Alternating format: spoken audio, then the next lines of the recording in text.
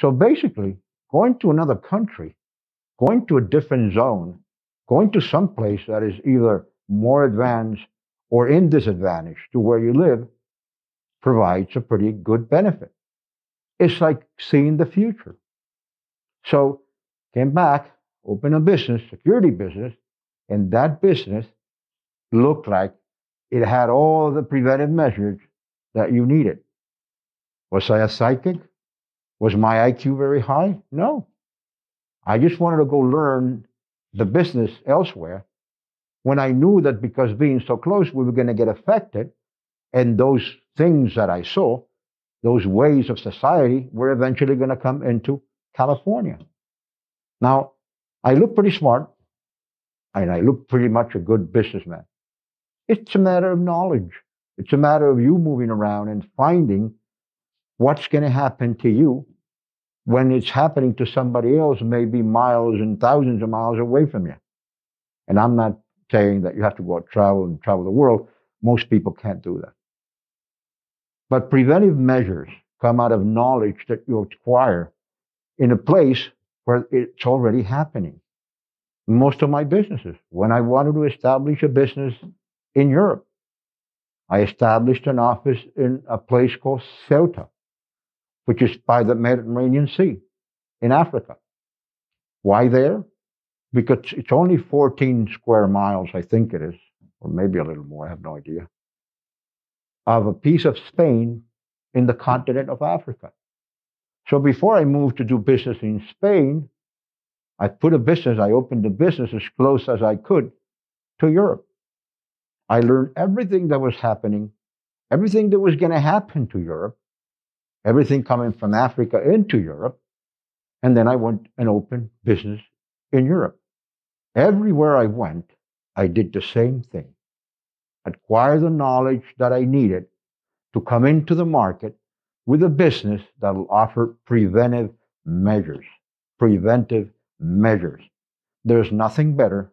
They'll actually make you look good and smart, but it's just a matter of having a system of knowledge. Some people read books.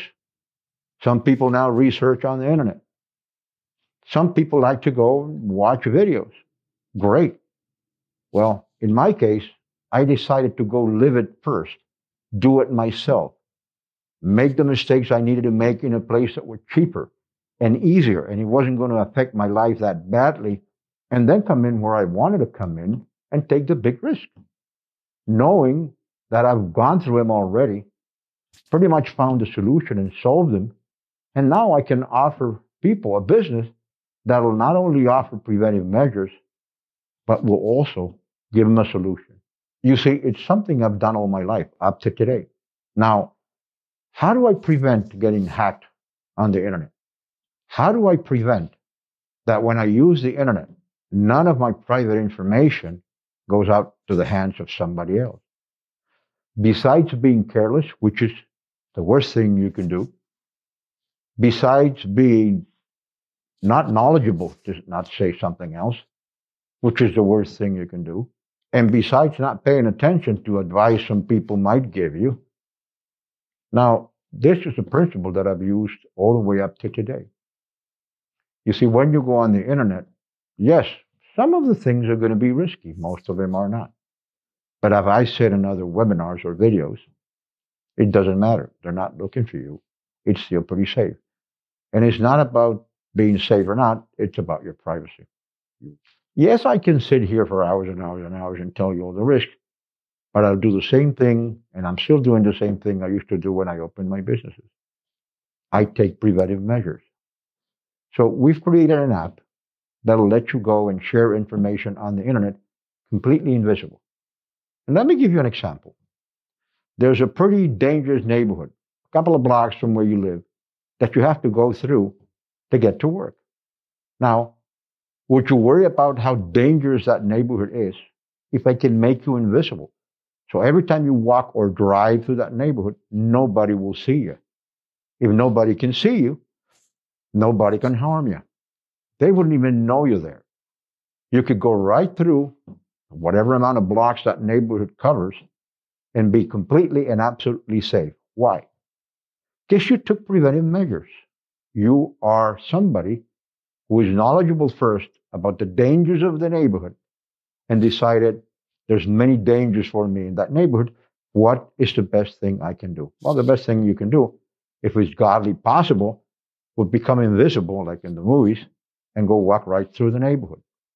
We're not in the movies. We're on the internet, the digital world. And in the digital world, I've learned every spot, every little thing you need to learn about how you are unsafe. Am I going to worry about that? No. I've already done my preventive work.